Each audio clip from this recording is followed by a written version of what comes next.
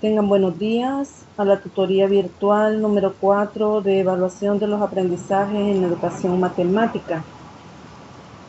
Como siempre, sean bienvenidos a esta tutoría. Quiero presentar la agenda a trabajar en este sábado y algunos avisos.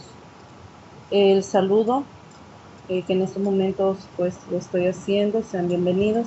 La presentación de agenda a trabajar, la resolución de dudas académicas o administrativas si las hubieran, y los avisos. Importantes comentarles que pueden observar la grabación de la tutoría en la pestaña de las tutorías virtuales en la plataforma.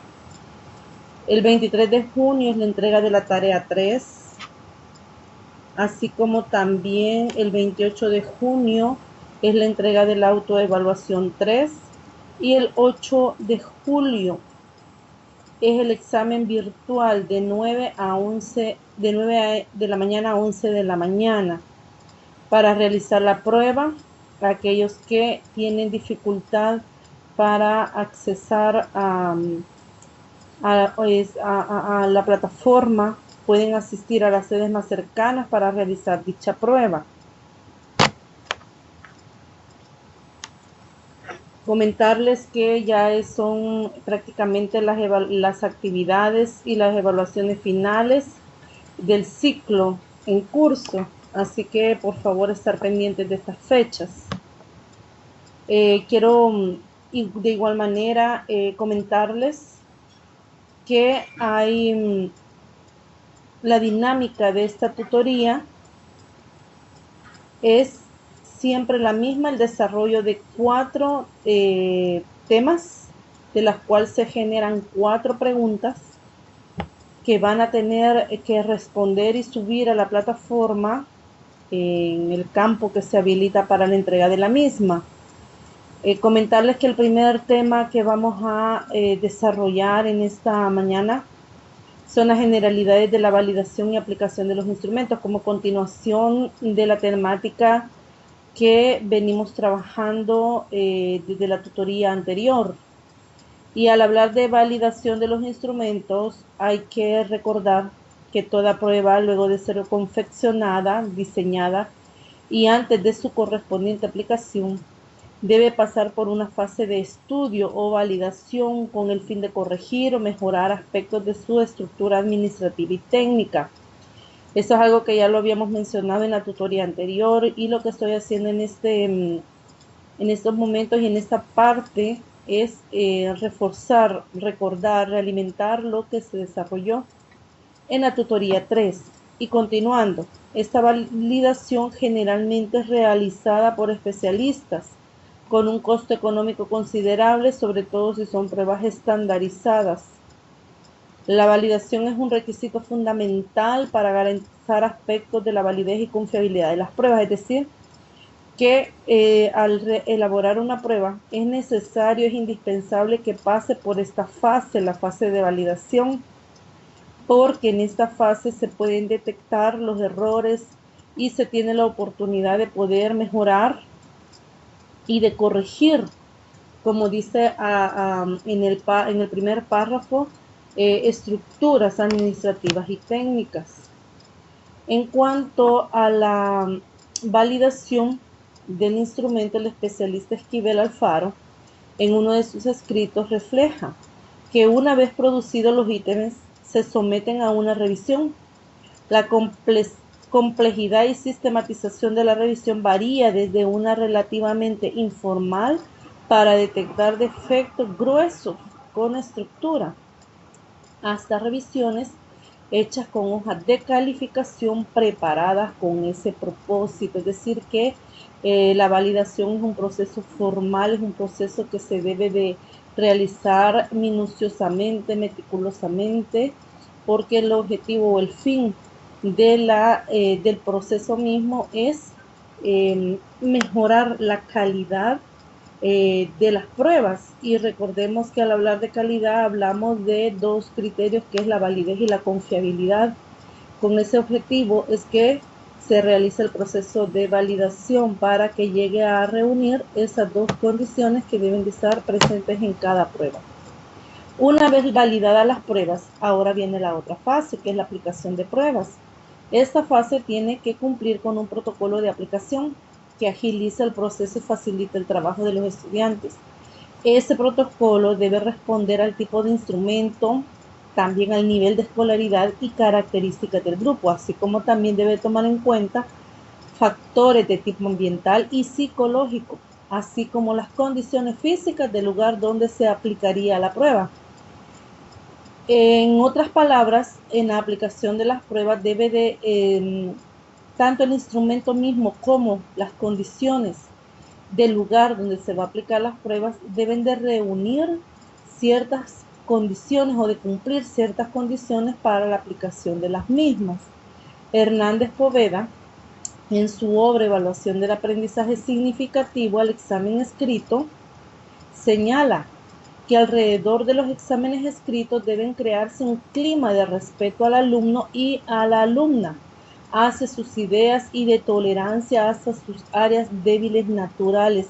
Los responsables de crear ese clima de respeto al alumno y al alumno es el docente mismo. Entonces, debe de crearse ese ambiente de confianza, un ambiente en donde el alumno se sienta cómodo para poder realizar la prueba. Algunas recomendaciones para la aplicación de una prueba sumativa. Son varias, entre ellas está que hay que notificar a los estudiantes con al menos 8 días de anticipación el día y la hora en que se aplicaría la prueba. Además de informaciones sobre las características de la prueba, los temas susceptibles de valoración, las tablas de especificaciones, el cuadro de balanceo y comentar cualquier nuevo tipo de ítem que se vaya a utilizar. En otras palabras, son las indicaciones generales en el momento de la aplicación, así como también la notificación, información del día y la hora en que se va a realizar la prueba. Además, entre las recomendaciones está que hay que revisar la última versión de la prueba antes de aplicarla para determinar aspectos como la calidad de la impresión, orden de los contenidos y cantidad necesaria de instrumentos. Importante también esta recomendación. El día de la aplicación de la prueba, el docente o quienes van a aplicar la prueba deben de llegar con tiempo suficiente al aula para ordenar y acomodar el recinto, el lugar donde se va a aplicar la prueba, de acuerdo con las exigencias del proceso, las normas básicas de seguridad y su responsabilidad como examinador. Antes de empezar la prueba, dice, procure una atmósfera de cordialidad, respeto, confianza, concentración y tranquilidad. Preste la atención a aspectos como la iluminación, el aseo y la ventilación del espacio. También importante es empezar la prueba a la hora puntual convenida y anotar en la pizarra cualquier instrucción extra que no aparezca en el documento escrito y que sea importante para el trabajo de los estudiantes. Otras recomendaciones es evitar presentaciones demasiado extensas antes del inicio de la prueba, pues se supone que la evaluación es formativa y que todo lo que el estudiante tiene que saber para realizar su examen debe de aparecer en el documento escrito. También colocar en la primera mesa de cada fila tantos instrumentos como número de alumnos conforman esa fila. Luego, mediante una indicación, haga que los primeros estudiantes de cada fila tomen un instrumento y pasen el resto hacia atrás sin levantarse de su asiento hasta completar la fila. Esta estrategia permite que todos los alumnos empiecen simultáneamente la prueba. Importante aplicar esta dinámica en la distribución de las pruebas escritas. Indique a los estudiantes que realicen una rápida revisión del compaginado y contenido de la prueba. Luego establezca un tiempo prudencial para responder cualquier posible pregunta previa cortesía del levantado de mano. Previa cortesía del levantado de mano. Luego de iniciado el proceso de aplicación, ubíquese en un sitio estratégico, conteste en el tiempo determinado las preguntas de los alumnos de manera individual, evitando interrumpir la concentración de los otros estudiantes. controle de manera profesional y prudente cualquier acto de irrespeto, desorden o deshonestidad que se presentara en el transcurso de la prueba. Si se diera alguna situación, levante un acta de lo sucedido y apóyese en las normas establecidas. Unos 15 minutos antes de concluir el tiempo asignado, notifíquele a los estudiantes del momento en que se recogerá la prueba. Si por el nivel de dificultad implícito en el examen, más de la mitad de los alumnos no han terminado su trabajo, asignar un tiempo extra prudencial. Terminado el tiempo establecido, recoja los instrumentos siguiendo las mismas estrategias que usó para entregarlos. O sea, los estudiantes pasarán los exámenes ya aplicados por fila, de atrás hacia adelante. Después de recoger las pruebas, indíquele a los estudiantes la fecha en que se entregarán los resultados obtenidos. Este protocolo o estas recomendaciones que se acaban de leer, pues nos recuerda, quizás en lo personal a mí me ubica cuando se pasan, por ejemplo, las pruebas PAES o la PAESita, que en ese caso, con todo, en ese tipo de pruebas, se cumple o se aplican todas estas recomendaciones, porque son pruebas que son pruebas que cumplen, ¿verdad?, la formalidad en cuanto a la realización de la misma. Entonces, todas estas recomendaciones, en base a mi experiencia personal, sí se cumplen, pero deberían de cumplirse también cuando evaluamos en el aula. Si bien es cierto, no tiene quizás la seriedad, ¿verdad?, en cuanto a la magnitud de la prueba o la relevancia de la prueba, pero estas recomendaciones también deben de tomarse en cuenta cuando se realicen pruebas sumativas en el aula y a cualquier nivel, ¿verdad?, que se aplique. Aspectos de la medición del logro académico y determinación de estándares de calidad. En cuanto a este apartado, Díaz Barriga y Hernández, en su libro Estrategias Docentes para el Aprendizaje Significativo, afirman que por medio de la evaluación sumativa, el docente conoce si los aprendizajes estipulados en las intenciones fueron complementados según los criterios y las condiciones expresadas en ellas, pero especialmente esta evaluación provee información que permite derivar conclusiones importantes sobre el grado de éxito y eficacia de la experiencia educativa global emprendida. En otras palabras, no solamente es aplicar el instrumento, sino que además de la aplicación, los resultados que arrojen las pruebas como resultado de la medición tendrán como finalidad también que el docente conozca si los objetivos fueron cumplidos, además que los mismos resultados van a arrojar información importante en cuanto a al nivel de aprendizaje de los estudiantes, así como también poder hacer una reflexión de nuestro trabajo como docentes. Entonces, la aplicación de una verdadera meta de evaluación es un proceso, no solo es una parte fundamental de la didáctica de la evaluación, sino que permite un espacio al evaluador para el estudio, reflexión y análisis de procedimientos, técnicas e instrumentos empleados en los procesos educativos. Es lo que anteriormente mencionaba, pero también aquí hay algo importante, y es que se hace un análisis también, dice, de los procedimientos, técnicas e instrumentos empleados en los procesos educativos, es decir, en base a la forma en que los estudiantes han respondido, si ellos respondieron de tal manera que todo fue comprendido por parte de ellos y el instrumento fue el más adecuado o el más idóneo. Estas son de las reflexiones que el docente puede hacer. De manera similar, si la prueba no ha sido la más adecuada, pues el docente también puede llegar a descubrir, ¿verdad?, identificar esa parte. en cuanto a la evaluación. Entonces, el español Santiago Carrillo indica que cada profesor debe someter a su propia reflexión el modo y manera de ejecutar la evaluación.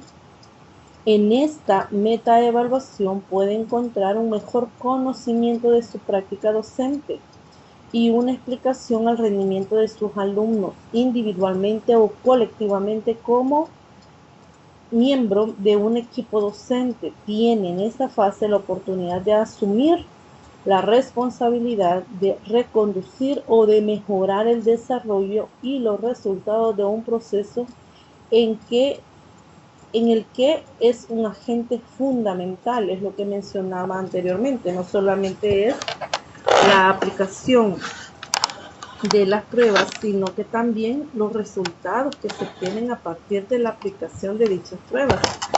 Y esto debe de llevarnos, como mencionaba, a la reflexión, al análisis, tanto de los procedimientos que como docente hemos aplicado, ejecutado en el proceso de enseñanza-aprendizaje, así como también la utilización de las técnicas y los recursos, y poder reorientar en cuanto al proceso de enseñanza-aprendizaje para el alcance de los objetivos académicos propuestos.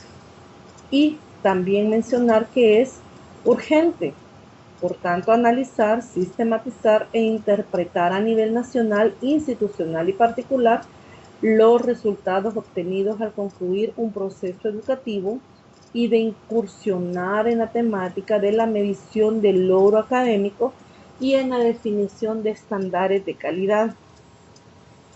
En cuanto a esta parte, si nosotros hacemos una reflexión sobre lo que hoy en día se aplica, que es la PAES, que es el examen que se aplica a los jóvenes de segundo año de bachillerato, pues se obtienen resultados y vemos cada año cómo el Ministerio de Educación brinda los resultados de la aplicación de esta prueba.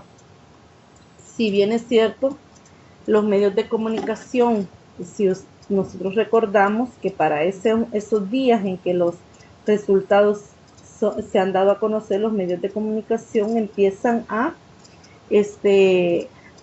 indagar, ¿verdad?, sobre y a comentar sobre estos resultados, y de hecho algunos pues noticieros invitan a profesionales en educación para que hagan un análisis, pero lastimosamente no hay como dentro de las entidades del Ministerio de Educación, si se analiza, sistematiza e interpreta a nivel nacional los resultados, pues estos resultados, los resultados del análisis, pues no se dan a conocer a las instituciones. Bueno, y de hecho ahora, desde el año pasado, son las instituciones públicas las que son las responsables de son las responsables, bueno, el docente es el responsable de aplicar la prueba PAES extraordinaria. Ya ni es ni el Ministerio de Educación quien asume esa responsabilidad de aplicar la prueba PAES extraordinaria, sino que es el docente el que a través de diferentes estrategias, él es el que va a decidir cómo va a evaluar al estudiante de tal manera que él pueda pasar esa prueba. Entonces, decir que lastimosamente no llegamos a obtener esa información sobre el análisis, la sistematización y la interpretación de los resultados de la PAES, por ejemplo.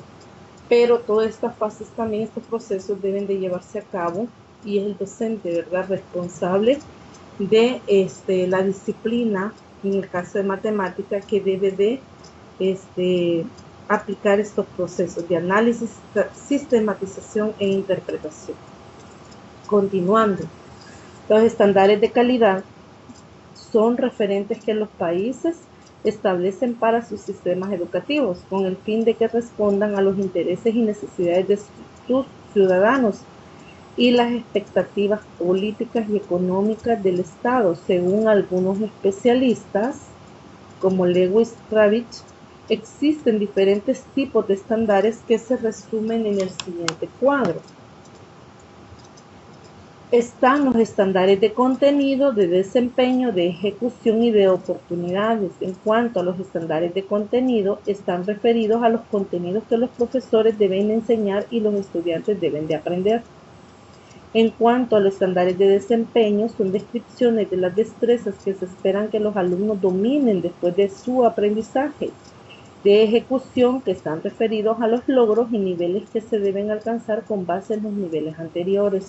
Y de oportunidades, son las condiciones y recursos necesarios para dar igualdad de oportunidades a todos los estudiantes. Luego de la validación y la aplicación de las pruebas, existe un proceso para poder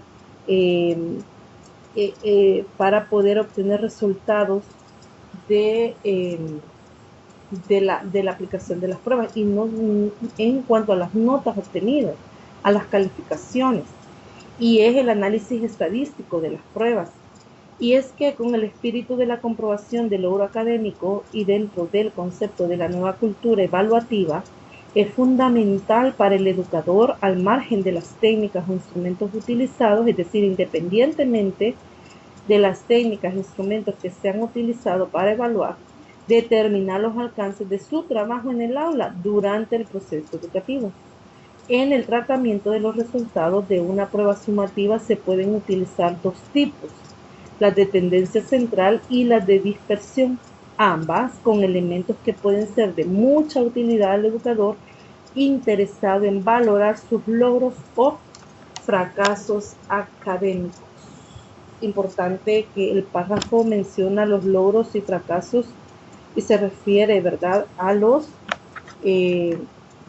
al proceso, ¿verdad?, que el docente utiliza, porque se menciona al educador o que aplica. En cuanto a las medidas de tendencia central o de posición conocidas también, son valores estadísticos que se pueden obtener en el análisis de los resultados de una prueba sumativa. Su nombre se deriva de la ubicación en que ellas deben estar en una distribución normal de resultados. De esta manera se puede decir que los estudiantes están por encima o por debajo de estos valores en un estudio de resultados de un examen. Las medidas más utilizadas en cuanto a las medidas de tendencia central son la moda, la mediana y la media aritmética.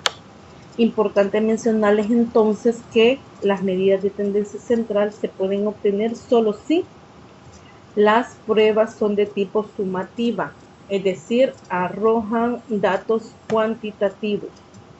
En cuanto a la moda, este nombre se le da al valor que se presenta con más frecuencia en una distribución de resultados, es decir, es el puntaje más común obtenido por un grupo de alumnos que aplicó la prueba, la misma prueba. Para obtener la moda, se requiere que exista un número considerable de resultados.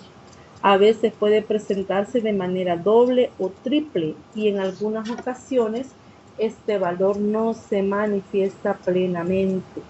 En otras palabras, hay grupos de datos en donde no puede aparecer una única moda, es decir, un valor que aparece con más frecuencia. Pueden aparecer más datos con la misma frecuencia y esta frecuencia es la más alta, así que puede haber grupos de datos en donde haya una, dos o más modas, o también pasa que este valor de la moda no puede manifestarse plenamente en dicho grupo de datos.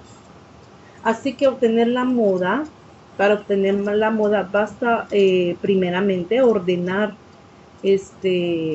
los datos, aunque no es de rigor o no es indispensable ordenarlos, pero lo más conveniente para poder identificar de una manera más fácil la moda es ordenarlos. La mediana es el valor central que se obtiene al ordenar de mayor a menor, o viceversa también de menor a mayor, los resultados de una prueba. Por lo tanto, una mitad de esos resultados está sobre esta medida y la otra mitad por debajo de ese valor. Al primer grupo se le llama alto y al segundo bajo. En cuanto a que si se ordena de mayor a menor, se le llama alto al primer grupo y bajo al segundo. Si se ordenara de menor a mayor, pues recibirían al primer grupo, sería el bajo, y en la otra mitad se le estaría interpretando que quedan por arriba, ¿verdad?, del valor de la media, de la mediana. Si el primero, n, total de resultados es par, simplemente se divide entre 2 y ese valor marcará la mediana. Es decir, si el número de datos o de calificaciones que obtenemos es un número par, se divide este total de calificaciones entre 2. El valor que nos da de esa división nos está dando el valor de la mediana. Por el contrario, si el número total de resultados es impar, se le sumará un 1 y luego se dividirá entre 2 para obtener el valor de la mediana. Lo anterior se puede expresar con la siguiente fórmula.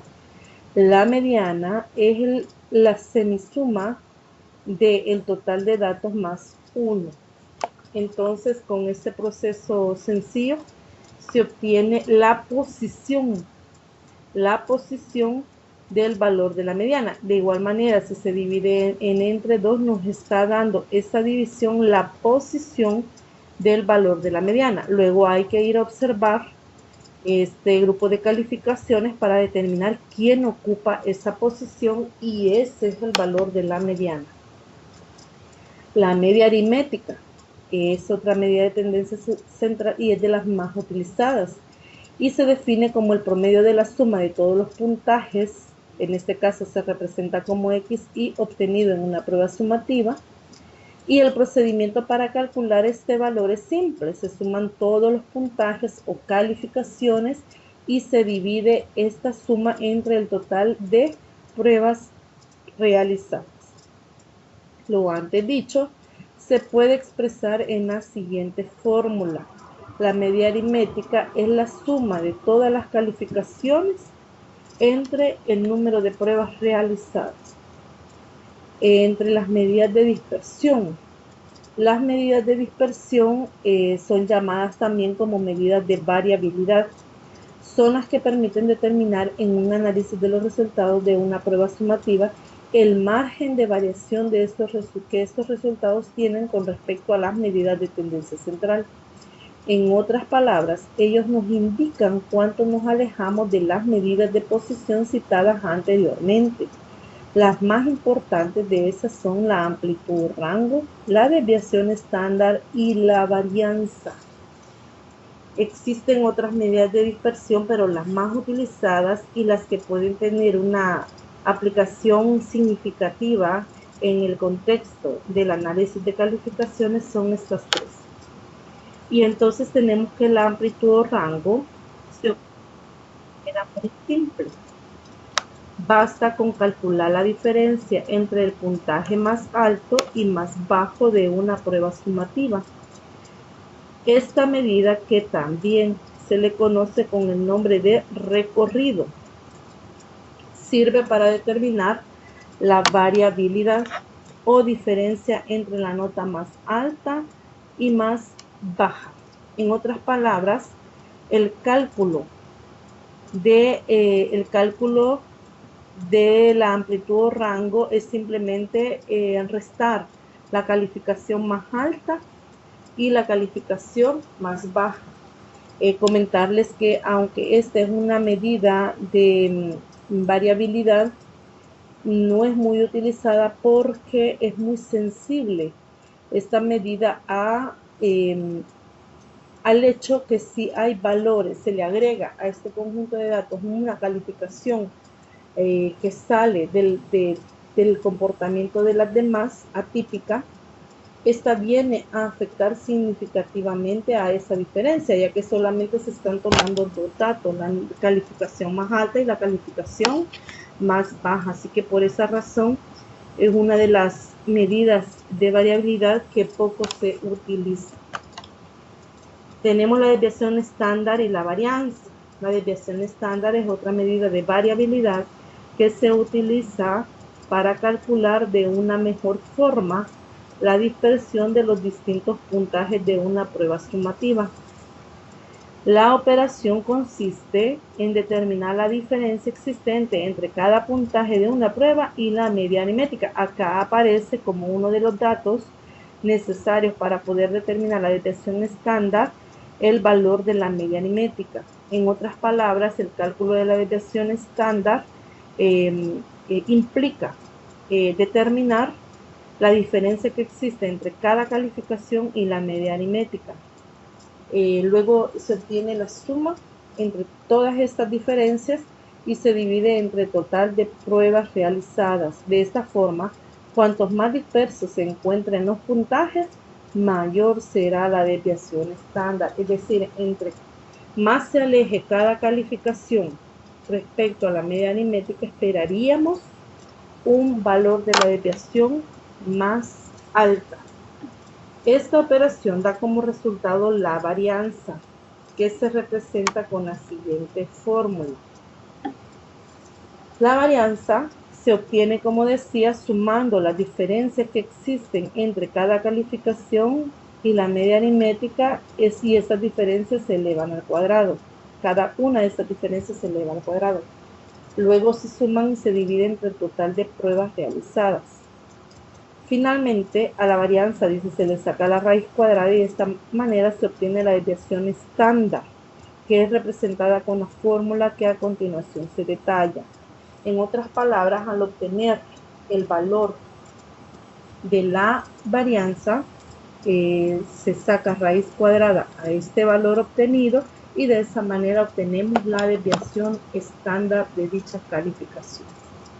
Y en cuanto las derivaciones de las medidas, es posible también combinar algunos de los valores obtenidos con las medidas de tendencia central y las de dispersión con el fin de calcular el rendimiento relativo de uno o más estudiantes para establecer comparaciones con diferentes exámenes. En este procedimiento se utiliza la fórmula de puntaje estándar Z. Ya en este proceso se aplican los procesos de la estadística inferencial, que nos permite poder realizar este análisis de las calificaciones con otros datos implicados en el cálculo de estas medidas. Y tenemos acá que uno de los valores, o una de las medidas, es el valor Z, que es la diferencia entre un puntaje particular o una calificación en particular y la media aritmética. Es la diferencia entre estas dos calificaciones, una calificación particular Y la media aritmética X barra, entre la desviación estándar. Ese nos estaría dando con un valor para Z que luego se analiza dentro de la tabla para la curva normal, es decir, para datos que cumplen las condiciones de normalidad. También tenemos el análisis interno de una prueba sumativa. Y cuando hablamos del análisis interno de una prueba sumativa, hablamos del nivel de dificultad. Y esta es la medida que nos permite determinar el nivel de dificultad que puede tener un ítem en particular. En este cálculo se utiliza una valoración que va de 0 a 1. Ahora, según las normas establecidas, los ítems que presentan una dificultad media son los más adecuados para la estructuración de una prueba sumativa. En otras palabras, hay un criterio para poder determinar cuáles son estos ítems más adecuados para poder elaborar una prueba. Luego tenemos entonces que el nivel de dificultad se puede calcular sumando las respuestas correctas del grupo alto más las respuestas correctas del grupo bajo, dividido entre el total de estudiantes que hicieron la prueba. Eso nos daría este nivel de dificultad. También está el índice de discriminación. El índice de discriminación es una medida que permite determinar el grado de diferenciación que presenta un ítem de una prueba sumativa con respecto al grupo alto y bajo de estudiantes que aplicaron esa prueba. El procedimiento para calcular el índice de discriminación es sencillo. Primero dice que se escoge la pregunta que va a analizar. Después se ordenan los puntajes de la prueba de mayor a menor para obtener la mediana, con lo cual se determinan los puntajes altos y bajos. Luego se aplica la siguiente fórmula. Entonces, el índice de discriminación, para el cálculo, pues acá aparece el proceso, ¿verdad? Aparecen también como una de las medidas que se utilizan la mediana. También se escoge una pregunta en particular y se obtienen, se divide el grupo entre el grupo alto y el grupo bajo, de tal manera que se puede aplicar esta fórmula. Las respuestas correctas del grupo alto menos las respuestas correctas del grupo bajo. Todo es esta diferencia dividida entre el total de alumnos que hicieron la prueba entre 2. Entonces, esto nos estaría dando el índice de discriminación.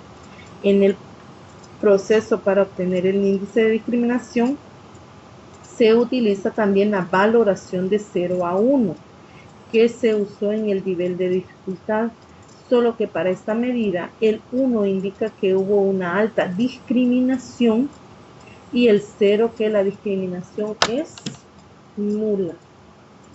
Luego, para este índice de discriminación aparecen algunas escalas que se toman en cuenta para poder interpretar el resultado. Por ejemplo, entre 0.00 a 0.09 no hay discriminación, y esa es la interpretación que podríamos dar a este valor.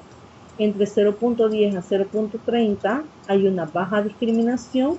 Si el resultado obtenido del índice entre 0.31 a 0.60 hay una mediana discriminación, y si el rango, el valor del índice está entre el rango de 0.61 a 1, hay una alta discriminación.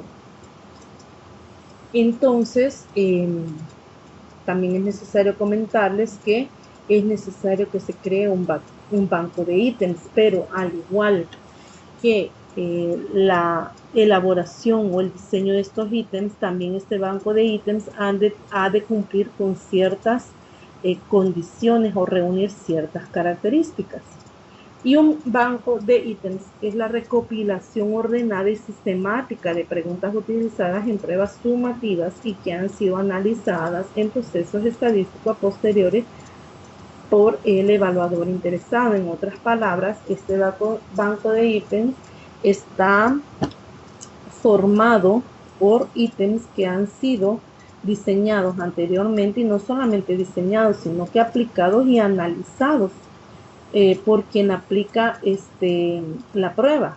En el banco de ítems activo, evidentemente no estarán las preguntas con niveles extremos de dificultad o que tengan un inadecuado índice de discriminación. Y también estamos hablando de un banco de ítems pasivo, y en él se ubicarán las preguntas que no serán superados, donde no serán superados los rangos establecidos de adecuabilidad, tanto en el nivel de dificultad como en el nivel de discriminación. En otras palabras, hay dos tipos de banco de ítems. Está el banco de ítems activo y el banco de ítems pasivo. Cada uno de ellos deben de cumplir o debe de reunir ciertas características en cuanto a los niveles de dificultad y de índice de discriminación para poder ser ubicados en uno de estos dos grupos. La razón fundamental para la creación de un banco de ítems es la posibilidad de contar en futuros exámenes con preguntas probadas y analizadas que le aseguren al docente un buen nivel de validez y confiabilidad en sus pruebas. No solamente porque le va a ayudar en el sentido que no tendría que elaborar nuevos ítems, sino que también porque asegurará la validez y confiabilidad de las pruebas, ya que se han realizado análisis en cuanto al nivel de dificultad e índice de discriminación de estos ítems. Entonces es necesario que el docente evaluador se interese por conformar un banco de ítems, establezca su propio mecanismo de codificación de preguntas considerando aspectos tales como la asignatura, el ciclo, el nivel, el tipo de prueba y año de aplicación. Y acá finalizamos el primer bloque y está propuesta la primera pregunta. ¿Y por qué es tan importante la metaevaluación? ¿Qué aspectos de la evaluación deben analizarse en la educación matemática? Pregunta que han de responder en la lectura de este primer bloque, que ustedes también pueden completar dicha lectura en el libro de cómo evaluar los aprendizajes. Entonces, esta teoría está en esta parte del libro. Esta parte, el 2, 3 y 4, que a continuación se va a desarrollar, está en el material complementario para la unidad 4.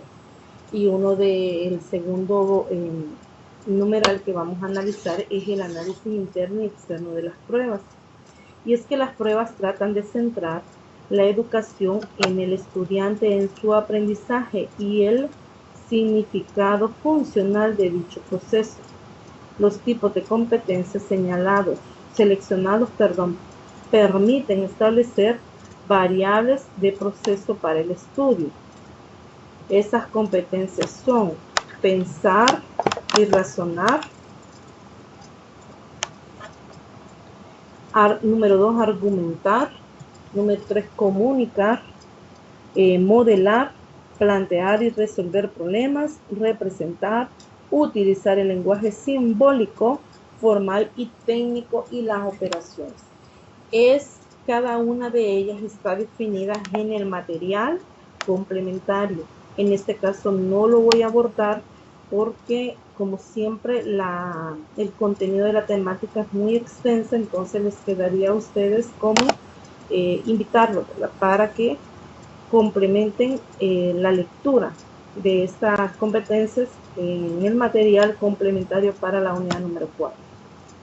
Las competencias que establece un plan de formación se constituyen en elementos determinantes para establecer su calidad y permiten llevar a cabo su evaluación. Muestran los modos en que los estudiantes actúan cuando hacen matemáticas. También es necesario, por tanto, hablar de variables de proceso, que son las variables que aparecen en cada una de estas competencias. Cada una de las competencias enunciadas admite diferentes niveles de profundidad. Las tareas propuestas a los estudiantes plantean diferentes tipos y niveles de demandas cognitivas. La tercera variable establecida para caracterizar los ítems en la evaluación PISA es la relativa al nivel de complejidad cognitiva con que se requiere la actuación competente de los estudiantes. Los expertos del estudio PISA consideran 3 niveles de complejidad a la hora de considerar los ítems con los que evaluar las competencias. El primer nivel, zonas de reproducción y procedimientos rutinarios.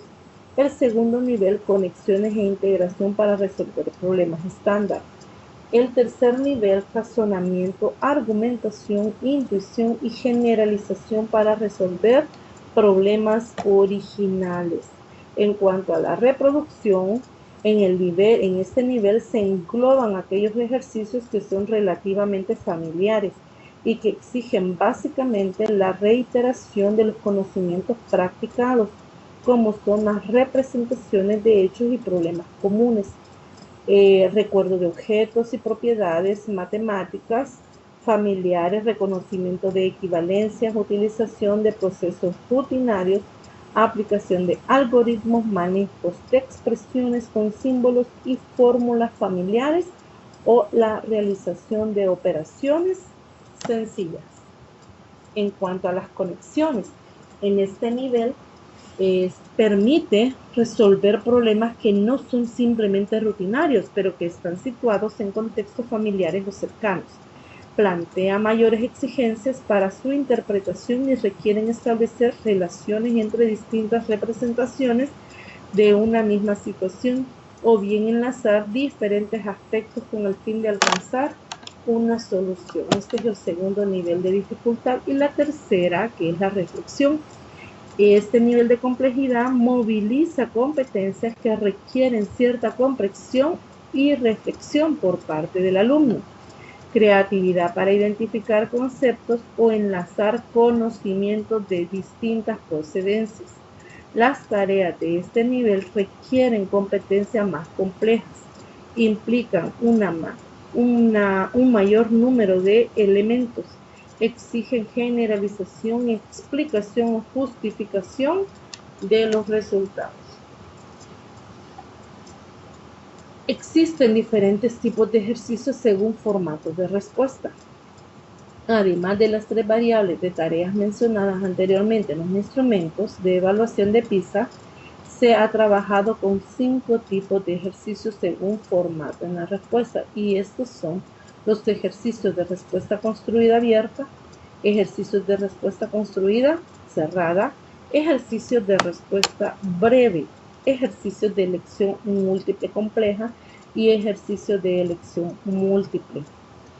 En esta parte, de una manera mucho más breve, más corta que la anterior, se plantea la segunda pregunta y es en referente a este segundo bloque.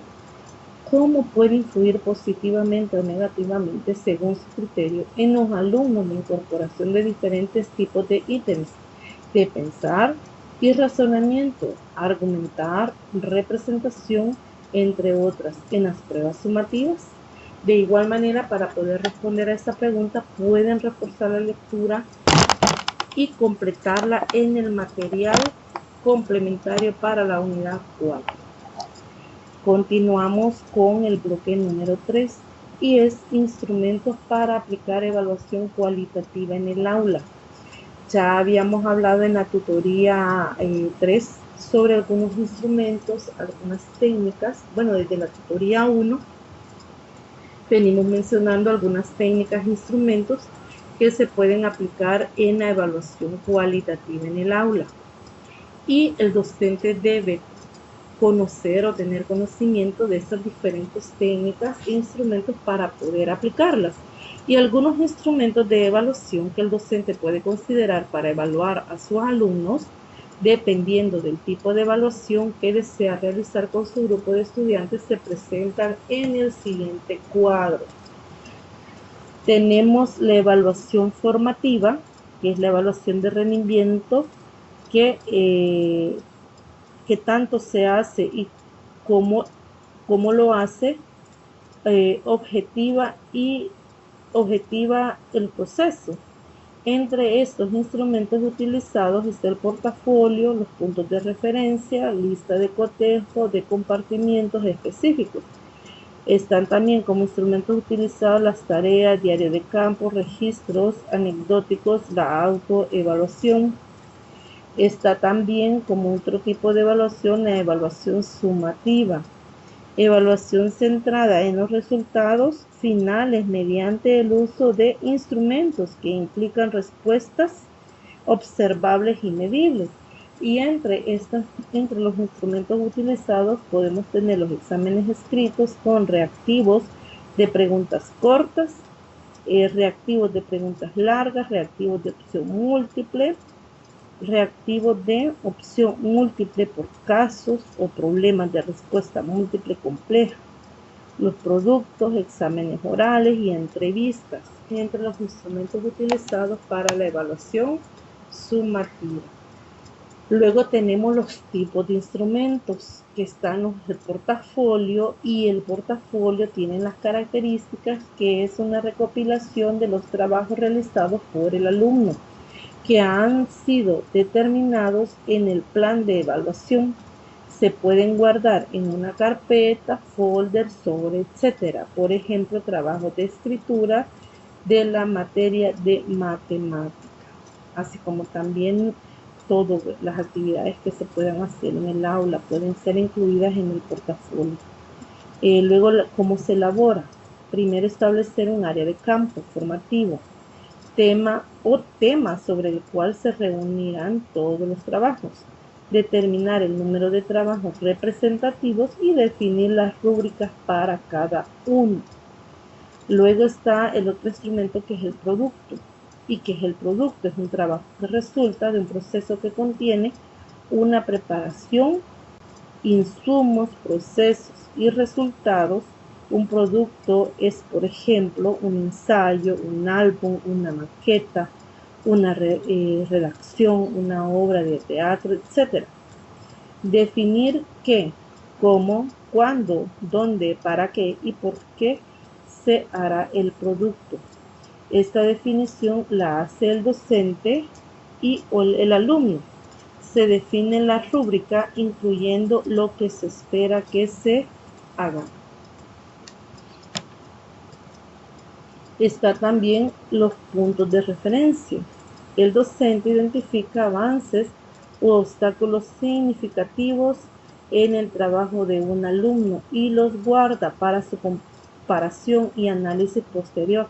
Por ejemplo, puede guardar una redacción que presenta dificultades y otra en la cual superó las dificultades. Los puntos de referencia tienen un criterio fundamental para su análisis, el tiempo. Se observa el avance u obstáculo que tiene el alumno en algún tema, materia o competencia.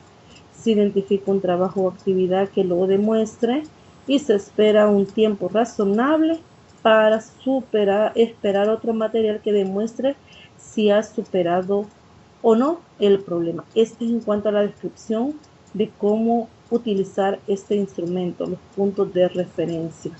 Estos puntos de referencia se puede utilizar también cuando se dejan guías de ejercicio y los estudiantes han tenido varios ejercicios que los realizaron incorrectamente. Se puede utilizar esta técnica también y darles un tiempo prudencial para que los estudiantes puedan mejorar dicha tarea, de tal manera que en una segunda entrega, donde se lo van a entregar con un tiempo estipulado, programado, se va a observar si estas debilidades y las observaciones que se hicieron en la calificación de la misma fueron superadas o no. Luego tenemos las tareas, que son los trabajos que el docente solicita realizar en casa, dando instrucciones precisas para su realización. ¿Cómo se pueden asignar estas tareas? Bueno, se identifica el trabajo o ejercicio a realizar por parte del alumno como parte de un aprendizaje que requiere ser ejecutado. Es imprescindible identificar qué tiene que hacer el alumno, cómo y cuándo. Las tareas deben considerar la edad de los alumnos, el grado de dificultad, el tiempo que se tardarán en hacerla. Importante todos estos aspectos cuando se asigna una tarea. Tenemos el registro anecdótico. El registro anecdótico consiste en escribir un relato de lo que el docente o el alumno consideran como significativo en el proceso de aprendizaje, proporcionando información sobre avances y retrocesos en dicho proceso. Se registran fechas, anécdotas, participantes y se analiza de manera breve por qué resulta significativa para el docente y o para el alumno. Por ejemplo, al trabajar en equipo, explica con ejemplos claros y simpáticos a sus compañeros. Entonces, este es otro también tipo de instrumento que se puede utilizar, y vemos que hay diferentes instrumentos que puede variar también la evaluación en los estudiantes. Y tenemos también el diario de campo, que ya lo habíamos discutido también, ya lo habíamos hablado, y el diario de campo consiste en escribir cotidianamente las actividades realizadas en clase, retomando los aspectos relevantes en el proceso de aprendizaje de los alumnos y el desempeño del docente. Por ejemplo, los alumnos participaron activamente en el juego de banco. La mayoría extender cheques y realizar operaciones hasta de 6 cifras. Continuar trabajando con Gabriela y Laura, operaciones de 4 cifras. Es decir, este es un ejemplo de cómo se puede redactar en un diario de campo lo que ocurre cotidianamente en el aula. En este ejemplo, específicamente en una actividad. Luego dice que acá se escribe para poder llenar este diario o llevar este diario de campo, se escribe la fecha y las actividades en orden secuencial y se anotan observaciones de los aprendizajes logrados por los alumnos y el desempeño del docente. Luego tenemos la autoevaluación y es la acción de verificar en qué se aprendió, qué falta, qué se puede hacer para seguir aprendiendo. Para llevar a cabo un verdadero proceso de autoevaluación, los alumnos revisan lo que hicieron e identifican aciertos y errores. Este instrumento es muy útil porque los mismos estudiantes, como la misma palabra dice, se autoevalúan identificando sus fortalezas, sus debilidades, sus logros, sus deficiencias, sus aciertos y errores. La autoevaluación también puede ser un instrumento formativo cuando se usa de manera constante y sumativa, cuando consiste en revisar un examen o producto final. Las estrategias utilizadas se pueden utilizar instrumentos o listas de verificación en las cuales los alumnos al seguir las secuencias de comprobación encuentran sus errores. Luego tenemos la entrevista. De la entrevista también ya habíamos hablado un poco, y es que la entrevista tiene la ventaja que nos permite recopilar información que sí, los que participan en la recopilación de la información muchas veces no pueden escribirla, no aportan esa información porque muchas veces esta información es confidencial. Entonces es necesario que el que entrevista pues genere un ambiente de confianza, dejando claro que la información que se recoja es totalmente confidencial. Además que en la entrevista pues se asegura la mayor información, la recopilación de la mayor información en cuanto a si ellos lo contestan. Entonces hay información que en una encuesta o en un instrumento que los que participan en la recopilación de información la llenan, podría ser que no estén brindando esta información que necesitamos obtener. Entonces la entrevista radica en elaborar una serie de preguntas para que el alumno las conteste frente a un interlocutor. Entonces, ¿cuál es la dinámica en esta entrevista? Desde su diseño hasta la aplicación. Se elabora una guía de temas con varias preguntas muy generales, de manera que el estudiante puede contestarlas libremente. La rúbrica considera el contenido de las respuestas especificando lo que se espera que diga en diferentes niveles. En otras palabras, la entrevista se aplica en este caso a los estudiantes. Está también el examen oral, instrumento para evaluar en qué medida se desarrollaron las competencias. Consiste en hacer la misma pregunta de manera oral y por separada a cada alumno. Son preguntas abiertas que tienen una respuesta más o menos estructurada en contenidos definidos con anterioridad por el docente. Por lo regular se dan a conocer previamente las instrucciones para que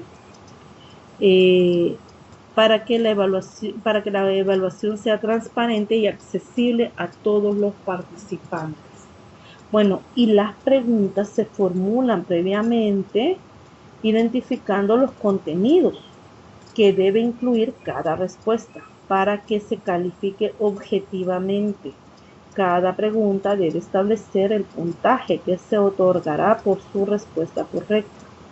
Es conveniente tener una hoja con todas las preguntas para cada alumno y registrar lo que contestó cada uno por separado. En otras palabras, al hablar de examen oral, no es venir a improvisar, sino que lleva también un proceso de diseño, un protocolo que se aplica al momento de ejecutar la prueba.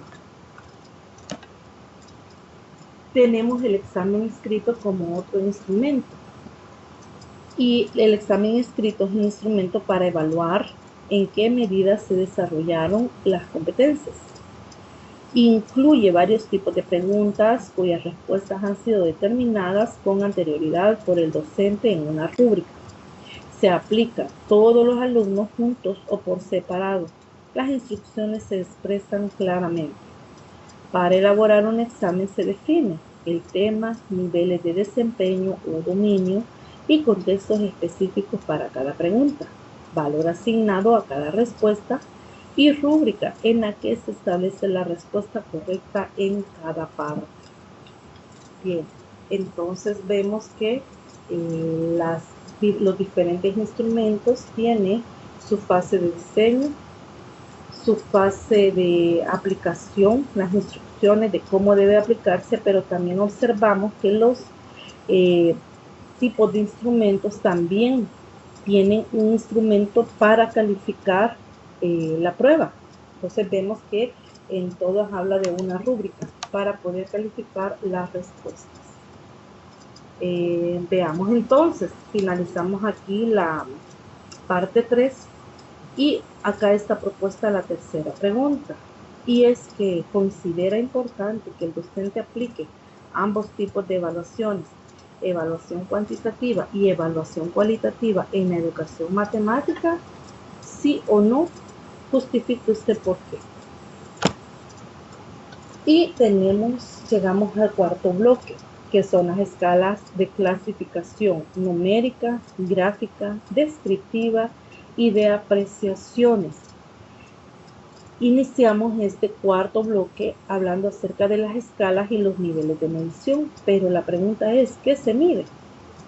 Russell manifiesta que la medición es un método que permite establecer correspondencias entre magnitudes de un mismo género y ciertas clases de números naturales, racionales o reales.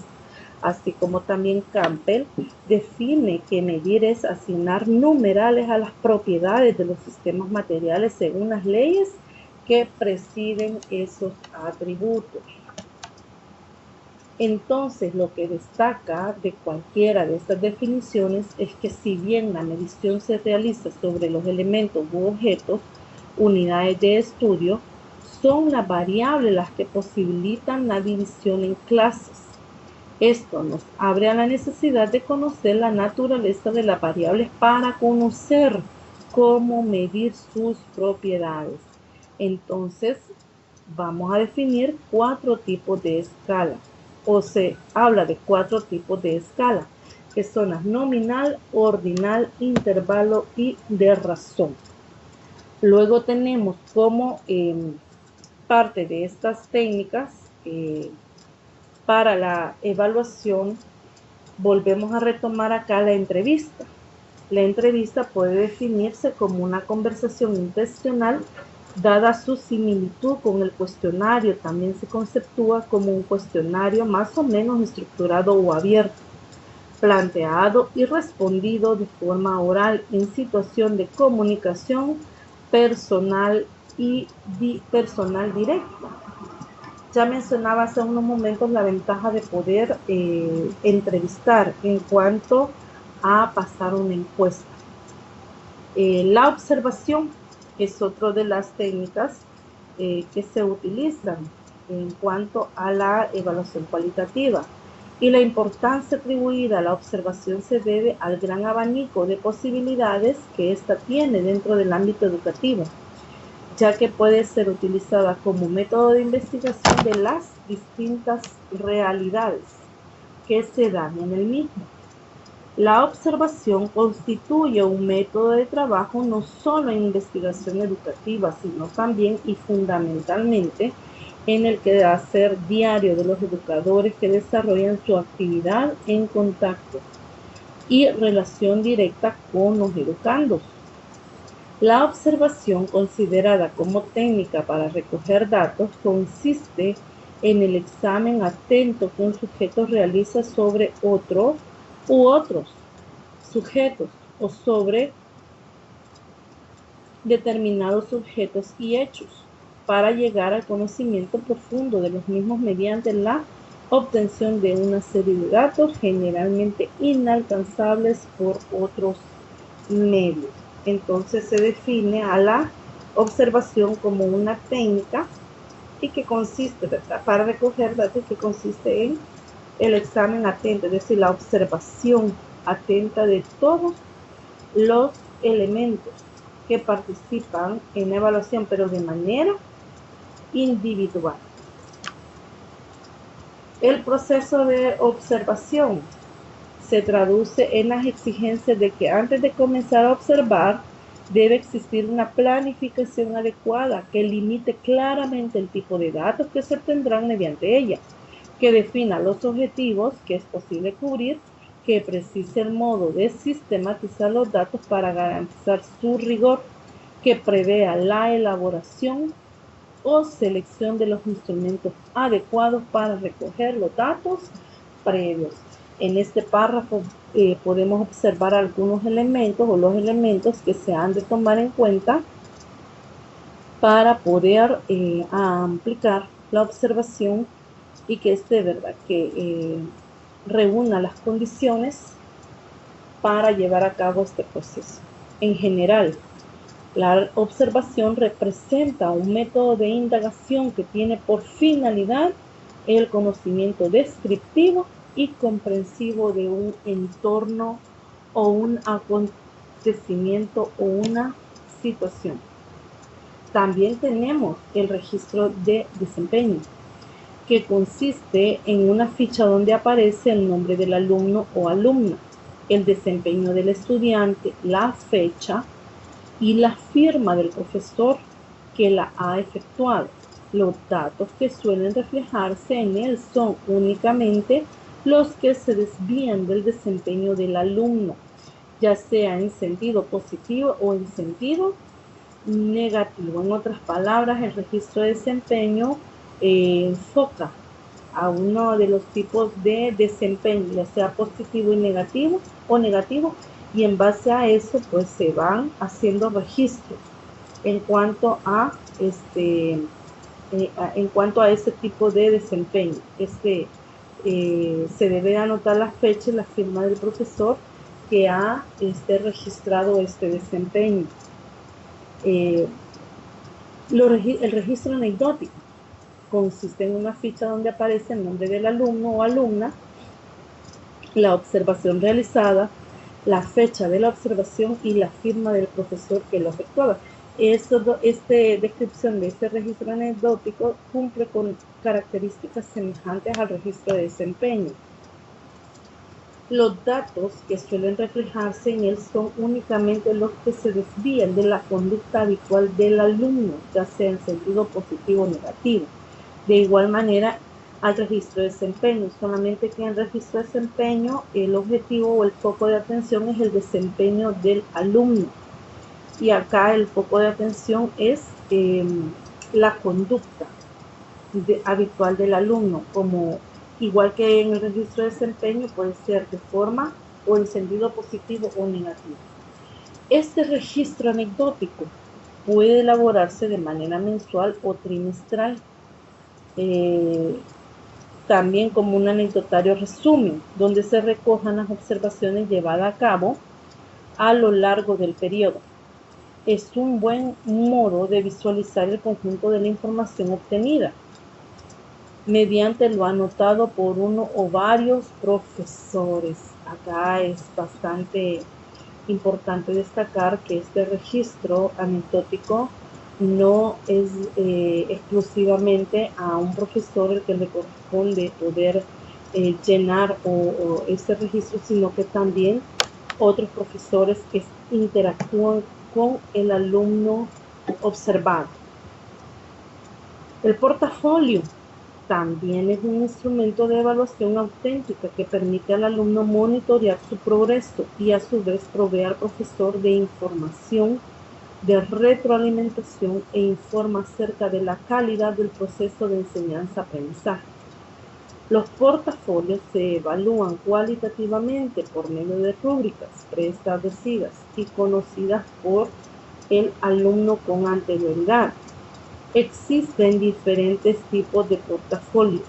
Está el portafolio de recolección o carpeta o folder, y este es un instrumento que reúne todos los trabajos y escritos de los alumnos.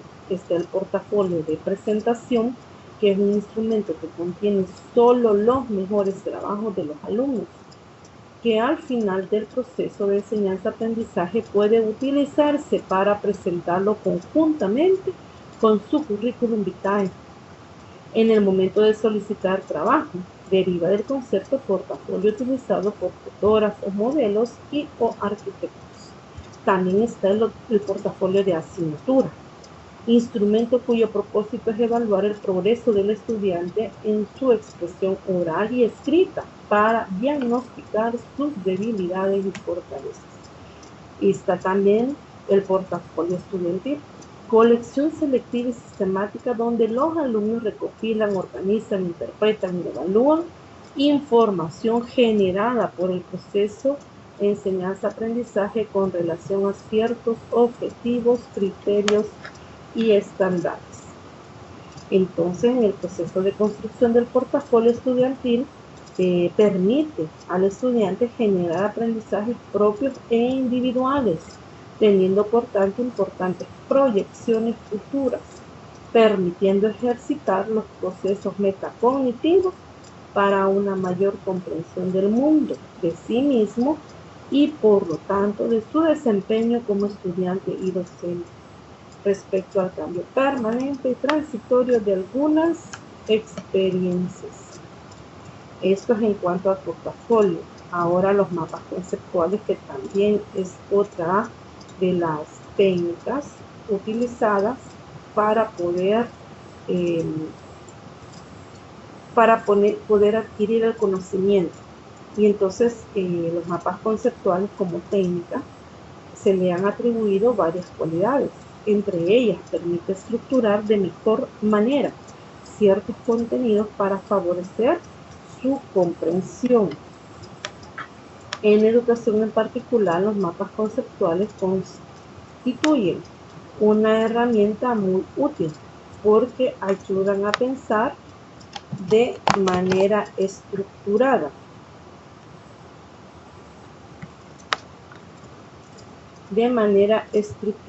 A mejorar los procesos de recuerdo y la capacidad de abstracción. Asimismo, son un recurso para aprender sobre el propio proceso de aprendizaje. La técnica de mapas conceptuales fue ideada por Joseph Novak, y para Novak, los mapas conceptuales no solo son una técnica, sino que constituyen una estrategia, un método y un recurso esquemático. Una estrategia sencilla, pero poderosa en potencia, para ayudar a los estudiantes a aprender y para ayudar a los educadores a organizar los materiales objeto de este aprendizaje. Un método que ayuda tanto a estudiantes como a educadores a captar el significado de los contenidos que se van a aprender. Un recurso esquemático para representar un conjunto de significados conceptuales incluidos en una estructura de proposiciones. Entonces tenemos los mapas conceptuales como una técnica, y en base a yo creo que ya todos hemos tenido la experiencia de elaborar al menos un mapa conceptual, pero la elaboración del mapa conceptual también reúne ciertas características, ciertos requisitos para poder elaborarlo. Entonces, los mapas conceptuales son un medio para representar y organizar conocimiento. Según Antonio Moreira, quien ha hecho investigación en torno al uso de esta técnica como un recurso educativo, los mapas conceptuales son diagramas que indican relaciones entre conceptos, proporcionan una síntesis esquemática en la que los contenidos se ordenan jerárquicamente y cuya función principal es poner en evidencia los significados atribuidos a los conceptos y relaciones entre conceptos en el contexto de un cuerpo de conocimiento, de una disciplina, de una materia de enseñanza. Los mapas conceptuales, por tanto, en su elaboración se identifican 3 elementos. Antonio Ontoria define estos 3 elementos de la siguiente manera. Los conceptos, que es el primer elemento, son las imágenes mentales que provocan en nosotros las palabras o signos con los que expresamos regularidades. Hacen referencia a acontecimientos que son cualquier cosa que sucede o pueden provocarse y a objetos que son cualquier cosa que existe y se puede observar. Otro elemento son las palabras enlaces.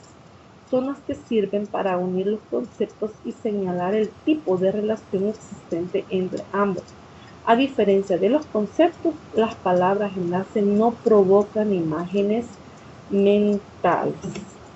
Vemos entonces un ejemplo de mapa conceptual. Y entonces aquí se define como tema central tenemos el mapa conceptual.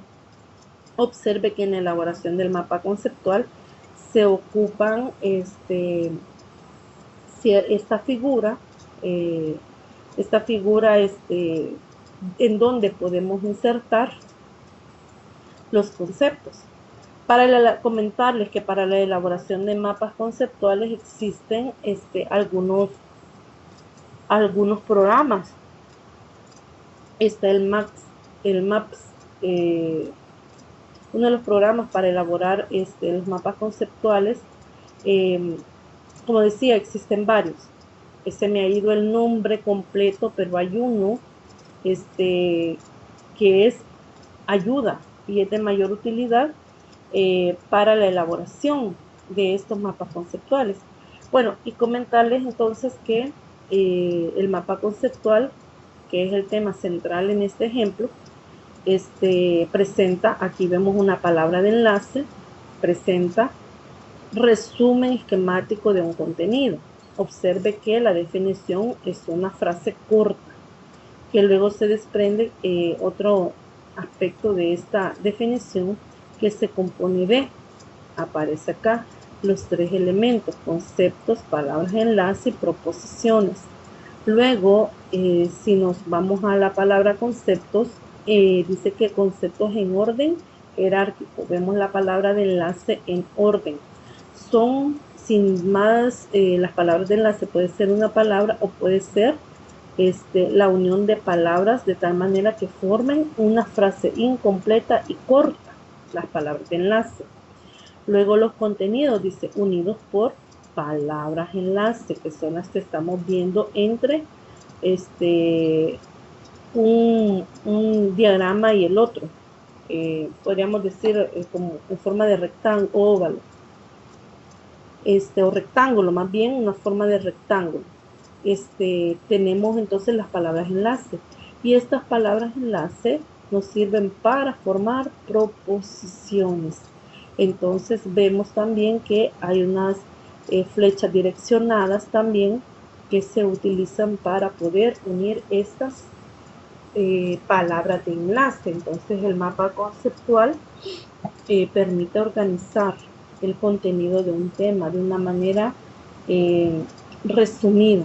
Entonces, en un mapa conceptual deben de aparecer estos 3 elementos, los conceptos, las palabras de enlace para poder dar lugar a esas proposiciones, de tal manera que el mapa conceptual por sí mismo esté aportando toda la información de manera organizada sobre un tema.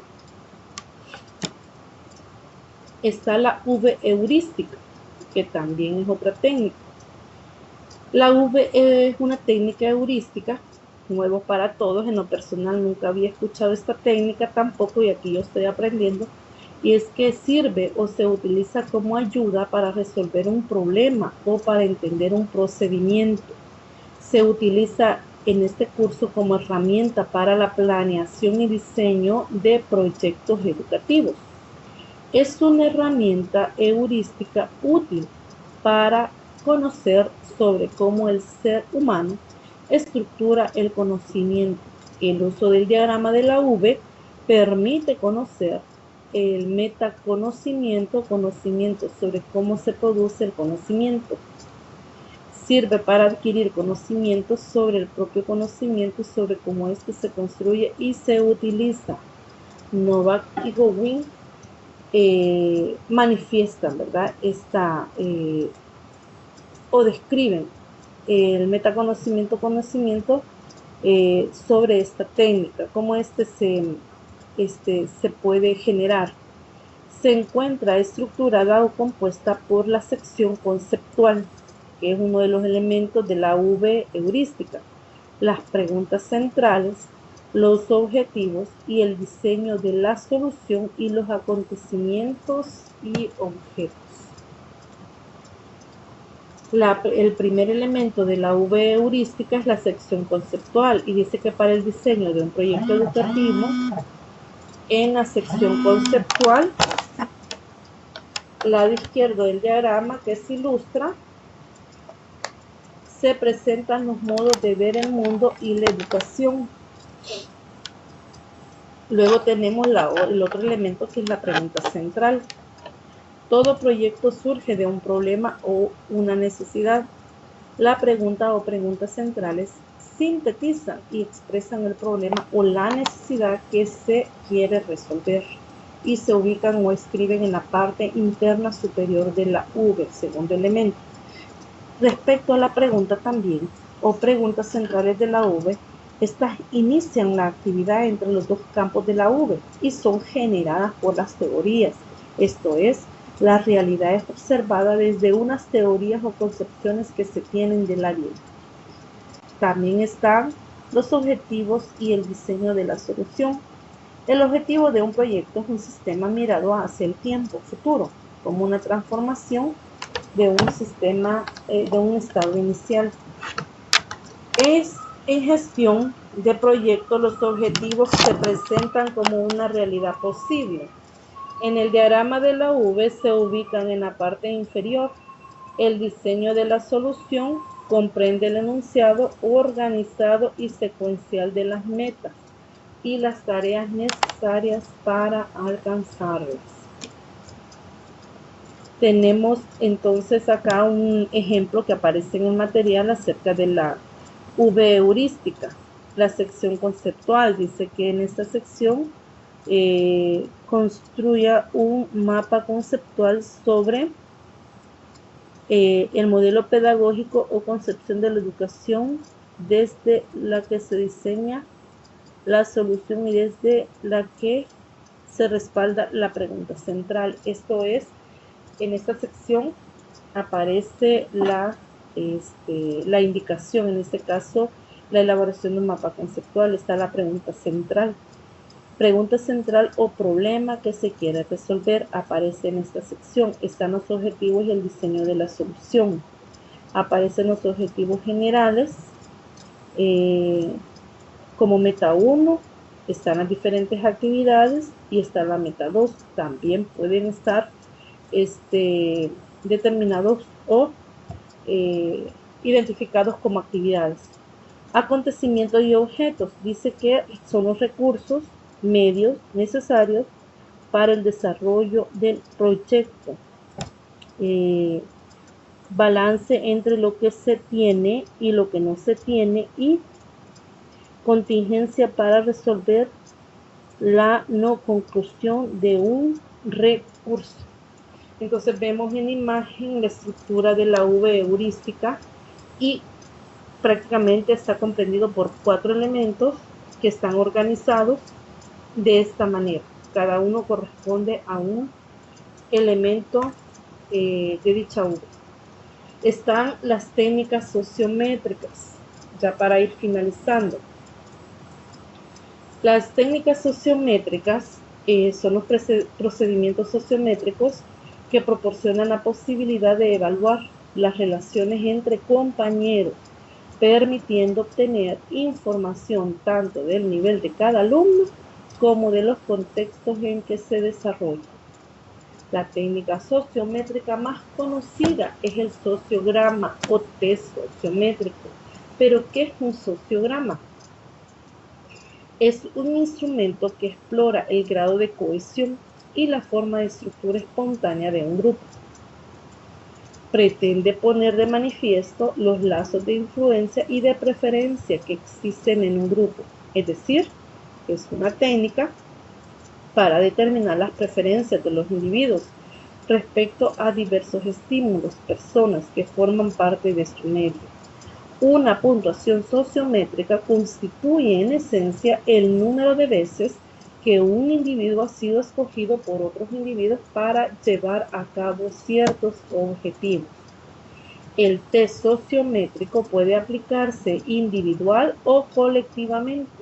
La aplicación individual es especialmente recomendable cuando se trabaje con niños de 5 o menos años. La aplicación más común es la colectiva. En estos casos, las instrucciones se aplican al mismo tiempo a todos los individuos, entregándoles simultáneamente una hoja de papel en blanco o con las preguntas con su correspondiente espacio para las respuestas. Pero ¿cuándo aplicar el test sociométrico? El investigador social que necesita conocer la red de relaciones informales de un grupo puede recurrir al sociograma para conocer las relaciones que existen entre los individuos, así como la intensidad de las mismas, también el grado de cohesión del grupo, la posición de cada miembro en relación con los otros, la estructura informal del grupo y la existencia de subgrupos, el nivel de conflicto o rechazo entre los miembros del grupo y el grado de sociabilidad de los individuos del grupo. Observamos entonces que el sociograma o el test sociométrico permite poder establecer, poder obtener información sobre el comportamiento de los individuos de manera individual o de manera colectiva. Entre las ventajas del sociograma, esta permite introducir las preguntas que se consideren más adecuadas. También detecta con precisión las relaciones para intervenir en los casos que se consideren adecuados. Proporciona la posibilidad de evaluar en poco tiempo y con gran validez las relaciones entre compañeros, numérica y gráficamente. Ofrece información tanto cualitativa como cuantitativa. Es una prueba muy sencilla de confeccionar, aplicar y valorar. Luego tenemos los inconvenientes del sociograma. Y es que no nos dice el por qué se dan un tipo de relaciones y no otras. Tampoco no nos dicen cuáles son las motivaciones de este tipo de relaciones que se dan. No se pueden predecir el tiempo que van a durar las relaciones. Tampoco deben ser completadas y enriquecidas mediante otras técnicas de exploración, tales como la entrevista, la autobiografía, el registro de anécdotas. En otras palabras, el sociograma debe ser completado por otras técnicas de exploración, como lo menciona acá. La entrevista, la autobiografía, el registro de anécdotas. Pero, ¿cómo se diseña el sociograma o el test sociométrico? El diseño del test requiere varias decisiones. Los criterios a emplear como estímulo organizador de la representación grupal, es decir, la elaboración de un sociograma requiere una decisión respecto a qué tipo de objetivo se considera prioritario o posee más potencial diagnóstico. A veces, este dilema se resuelve optando por una pregunta de carácter general, ya que éstas abarcan más hábitos de la vida de un individuo y las elecciones realizadas son más estables. En otras ocasiones, lo que preocupa al investigador es conocer los agrupamientos respecto a un tema concreto, aunque esto afecte a una parcela muy reducida de la vida de los miembros del grupo. Bien, quizás de manera así breve y resumida, no así completa porque el material es muy extenso. He presentado 4 temáticas desarrolladas en esta tutoría. Invitarlos para que ustedes puedan leer en el libro Cómo evaluar los aprendizajes y en el material complementario de la unidad número 4 lo que se ha desarrollado en la misma.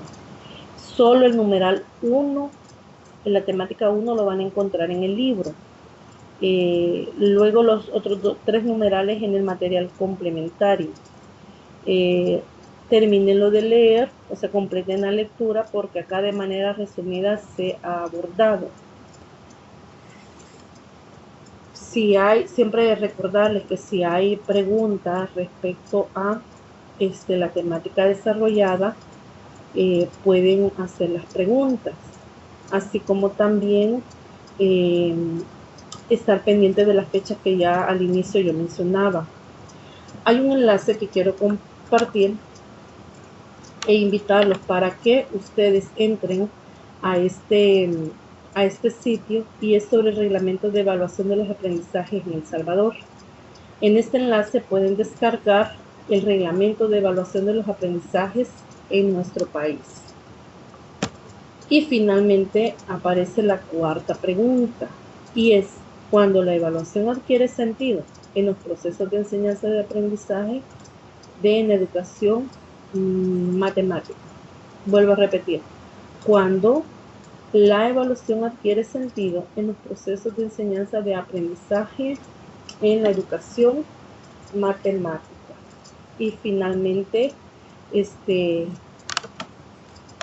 llego a la culminación de esta tutoría 4. Es la última tutoría y lo que queda pendiente son algunas actividades y el examen virtual, el único examen que se va a hacer de manera virtual.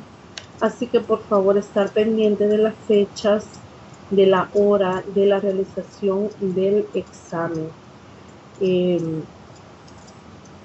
Si hay algunas preguntas, yo con gusto las voy a contestar sobre las preguntas, sobre las actividades, sobre también los resultados de algunas calificaciones de las tareas. No habiendo más ni un participante en estos momentos, pues doy por finalizada la tutoría virtual número 4. Saludos.